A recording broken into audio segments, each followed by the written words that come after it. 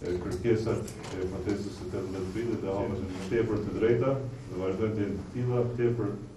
legjitime. Dhe kjo shpërfillje tregon shumë qartë se kjo qeveri nuk e njeh gjuhën e mirëkuptimit, por gjuhën e presionit.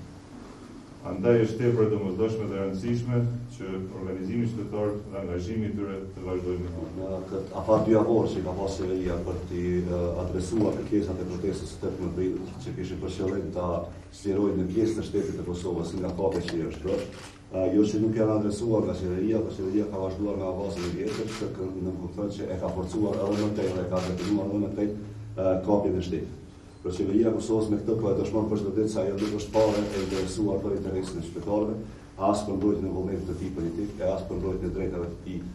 demokratike të tij, por është vend kryekurt të funksion të zaptuesve, edhe kështu është vend simboloj e ruajtjes së profitit të Kecit, të Behtellit, të Tërborëve, të Elkosit, ndërkohë që këtë po e bën vazhdimisht në vend të interesit të qytetarëve edhe në vend të shtetit të Republikës së Kosovës.